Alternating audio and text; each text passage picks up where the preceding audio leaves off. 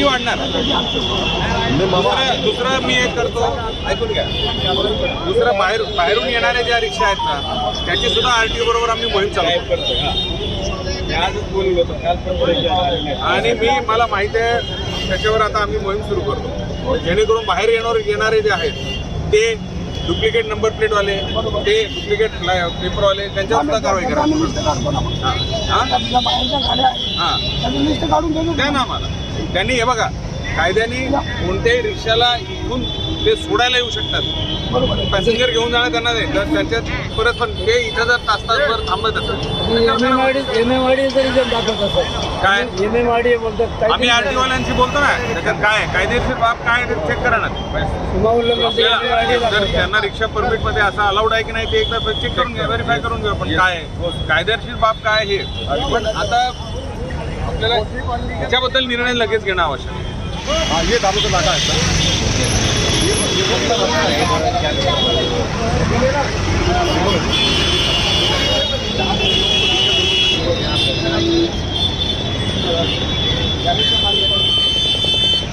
मालिक है कौन है? कितनी समझते हो मराठी? इसके अंदर जो करना है बाहर होगा, गाड़ी उठा आपने डोगरा भी किया है, काफी दौरा भी किया, ट्रैफिक क्या आपने यहाँ पे हमने देखा है कि ट्रैफिक की जो समस्या का मूल कारण दो चीज़ें हैं. एक जो ऑटो रिक्शा जो स्टैंड है, illegal auto rickshaw stand, unruly तरीके से कोई उसका तरीका नहीं है, कहीं पे भी ऑटो रिक्शा लगाते हैं, कहीं पे भी पैसेंजर्स को उतार देते हैं, उसकी वजह से. और दूसरा है इंक्रोचमेंट, जो अलग अलग ठेले हैं या दुकानें हैं उनकी वजह से, इंक्रोचमेंट की वजह से, इन दोनों. या और तीसरा है गैराजेस के काम. इन तीनों के ऊपर अभी इसके आगे सख्त कार्रवाई होगी, किसी को भी बख्शा नहीं जाएगा, क्योंकि हमारे यहाँ रोड ये पैसेंजर के लिए, लोगों के लिए, और ये तीनों जो सेवाएं हैं तो लोगों के लिए. अगर लोगों को तकलीफ होने वाली है तो उसका कोई मतलब नहीं है. इसलिए हमने ऑटो रिक्शा वालों को भी हमने बोला है कि आपने पैसेंजर को तकलीफ देते हुए अगर आप आपकी सर्विस दे रहे थे उसको कोई मतलब नहीं है, उसके ऊपर कार्रवाई ज़रूर होगी. साथ ही साथ MC साहब हमारे साथ में हैं, जितना भी इंक्रोचमेंट्स होंगे, गलत इलीगल पार्किंग होगी, उनके ऊपर भी इसके आगे सख्त कार्रवाई होगी. आगे भी कुछ पॉइंट्स दिए गए, अभी हम और जा रहे हैं. सारे पॉइंट्स में ट्रैफिक वार्डन और कांस्टेबल को तैनात करने की बात. हाँ, ये बात भी है. जहाँ जहाँ हमारे जो लिमिटेड जो स्ट्रेंथ है उसमें हम प्रायोरिटी से हम पिक टाइम पे हर जगह लगाने की कोशिश करेंगे. जहाँ जहाँ पॉसिबल है वहाँ 2 कर्मचारी, 2 कांस्टेबल रहेंगे, 1 या फिर वार्डन. ये तीनों की मदद से हम सारे जगहों पे खास करके पिक टाइम पे हम कर. सर हर साल मीटिंग होती है रमजान की और उसमें एक नीति बनती है और सब तरीके से होगा, मगर वो सिर्फ बातें ही रह जाती है, दिखाई कुछ भी नहीं देता. अभी इस साल आप आए हैं, मैं हर साल की तरह नहीं बोलूंगा. सवाल है सर, आप आए हैं, इतना बड़ा ये मुमरा कौशल जो रोड है इसमें कहीं सिग्नल नहीं है, आपने ये भी देखा होगा. और इसमें सबसे बड़ी तकलीफ अभी इस टाइम पे ये है, पार्किंग जोन और बिना पार्किंग जोन, ये लफड़े भी है. और इसके अलावा आज तक यहाँ से वहाँ तक कोई कर्मचारी खड़ा नहीं होता है. आपने रेलवे स्टेशन के पास का हाल तो देखा ही होगा, तो उधर भी ये मसला होता है. आपका सवाल क्या है? सर मैं आपको एक एक चीज़ बता रहा हूँ, मेरे सवाल में ही आपको जवाब भी मिल रहा है और आप भी जवाब दे सकते हैं. तो आपके जो वहाँ RTO जो ऑफिसर्स है वो खड़े नहीं होते, कांस्टेबल भी खड़े नहीं होते, वो लिमिटेड टाइम पे जाते, सिर्फ फोटो मारते, 15-20 रिक्शा को निकल जाते. तो मेन वो भी तकलीफ है. और दूसरा तकलीफ आपका बस स्टैंड एकदम रोड पे आ चुका है, उसकी भी लाइन लगी रहती है.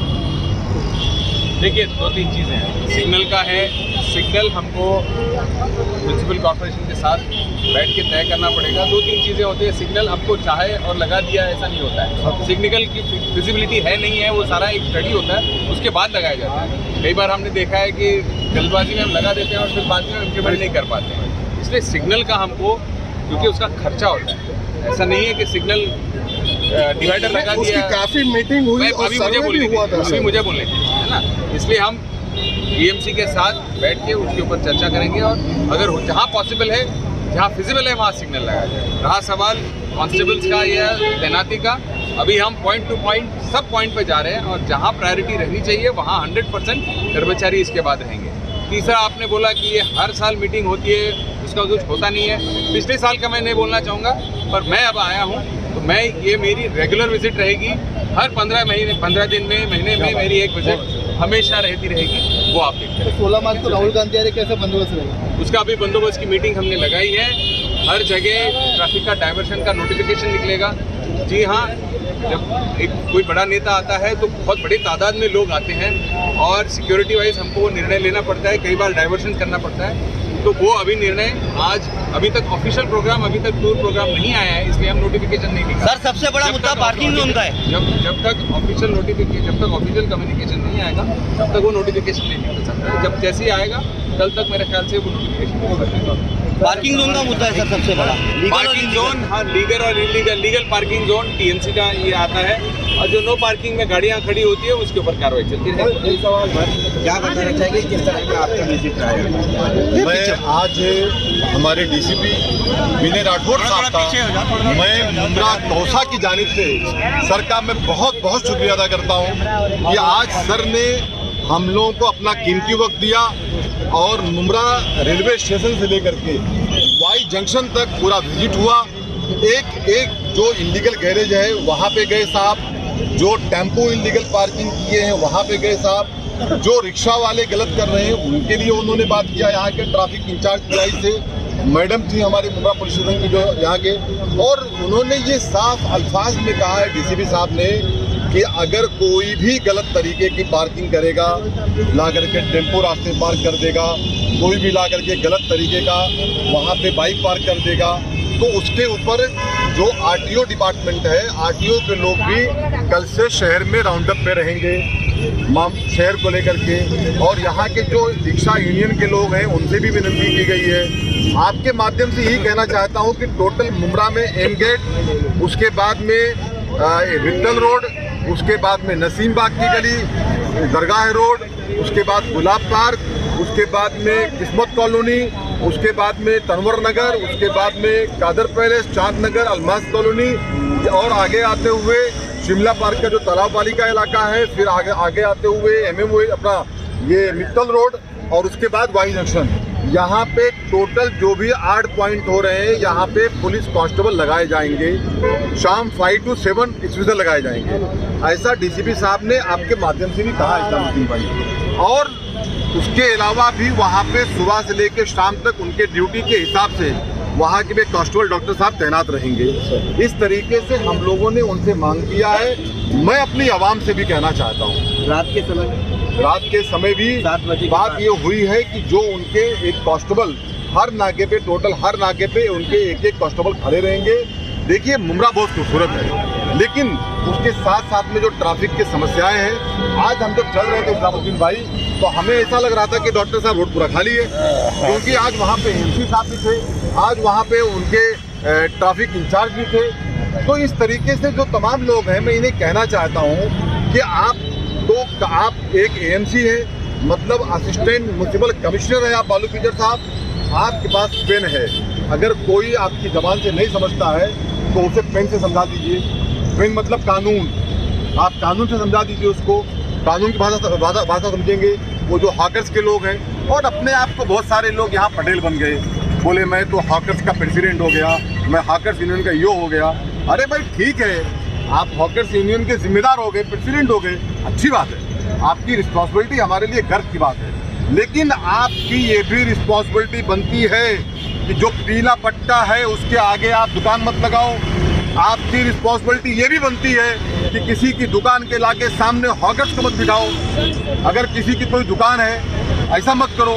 इन तरीके से अगर आपको कोई रिस्पॉन्सिबिलिटी किसी पार्टी ने दिया है या किसी नेता ने दिया है या हमारे में से कोई साथी हमारा हो, तो उसका ये फर्ज बनता है, इखलाकी फरीज़ा बनता है कि आप इन चीज़ों को ध्यान दो।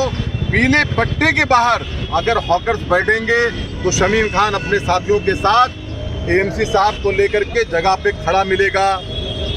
आपके माध्यम से एकदम साफ कहना चाहता हूं मैं, अगर किसी को समझ में नहीं आता है तो मत समझे, फिर कानून जिंदा उसके लिए। सर्विस रोड पीछे है, उस पर भी कब्जा हो रहा है। सर्विस रोड को लेकर भी हमारी बात हुई है। यहाँ के जो हमारे AMC साहब हैं उनको हमने विनती किया है कि आप सर्विस रोड को पूरा साफ करो। वहाँ के गाड़ियों को पूरा हटाया जाए। ये काम ट्रैफिक इंचार्ज का है। अब ट्रैफिक इंचार्ज साहब भी कल परसों मुमरा में आए हैं। रोड पे गैरेज पे एक्शन होना चाहिए, गैरेज पे कंप्लेन होना चाहिए। हमने तो भी वही डॉक्टर साहब से कहा कि डॉक्टर साहब इनके बिल्डिंग में पानी पीने के लिए इनको दिक्कत हो रही है, लेकिन गैरेज से टेम्पो को पानी मारना, पर्सनल गाड़ी को साफ करना, उस गाड़ी को वॉश करना, उसके लिए पानी है तो उसके लिए हमारे एएमसी साहब उस पर एक्शन क्यों नहीं लेते हैं? हमारे एएमसी साहब को, हमारे ट्रैफिक इंचार्ज को और कानून को, लॉ एंड ऑर्डर को, यानी हमारे मुमरा पुलिस स्टेशन के इंचार्ज सामने साहब को उतरना पड़ेगा। उतर करके जिसकी जो भाईगिरी हो, जिसकी जो गलत तरीके की एक्टिविटीज हो, उसके ऊपर कानून का एक्शन होना चाहिए। कब उतरेंगे? इससे पहले भी मैं तो बोलता हूँ आज ही उतरे हैं। और आगे डीसीपी साहब ने बहुत अच्छी बात कहा, हुसैन भाई, डीसीपी विनय राठौर साहब ने कहा है डॉक्टर साहब कि मैं हर 15 दिन में मुमरा कौसा का विजिट करूंगा। मुमरा कौसा में हर 15 दिन में आऊंगा मैं। और आज उनकी कहीं ना कहीं वो आए थे मुमरा में, तो आज उनके कांस्टेबल भी खड़े थे नाके को। देखिए हमारी बस जा रही है टीएमटी की, जिसका मैं खुद सदस्य हूँ। हमारी बस को जाने के लिए तकलीफ होती है लोगों को ले जा करके। तो इस तरीके से हमारे लोगों को ध्यान देना चाहिए। और आगे अगर हम ध्यान देंगे तो मुमरा कौसा के अंदर ट्रैफिक फ्री मुमरा होगा।